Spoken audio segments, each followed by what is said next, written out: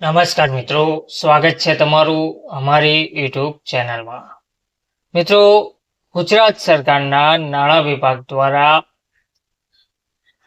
કર્મચારીઓ માટે એક મહત્વનો પરિપત્ર જાહેર કરાયો છે।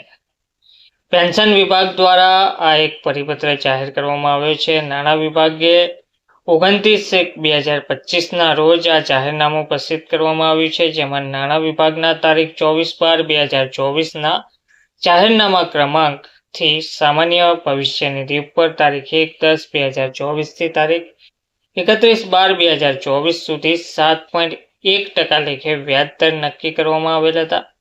તો ભારત સરકારના નાણાં મંત્રાલયના આર્થિક બાબતોના વિભાગ દ્વારા તારીખ 3/1/2025 ઠરાવ ક્રમાંક F નંબર 53/BD/2023 થી સામાન્ય ભવિષ્ય નિધિ અને અન્ય સમાન પ્રકારના ફંડ ઉપર તારીખ 1/1/2025 અસરથી તારીખ 1/1/2025 થી તારીખ 31/3/2025 સુધીના 3 માસના સમયગાળા માટે 7.1% લેખે વ્યાજદર નક્કી કરવામાં આવેલ છે।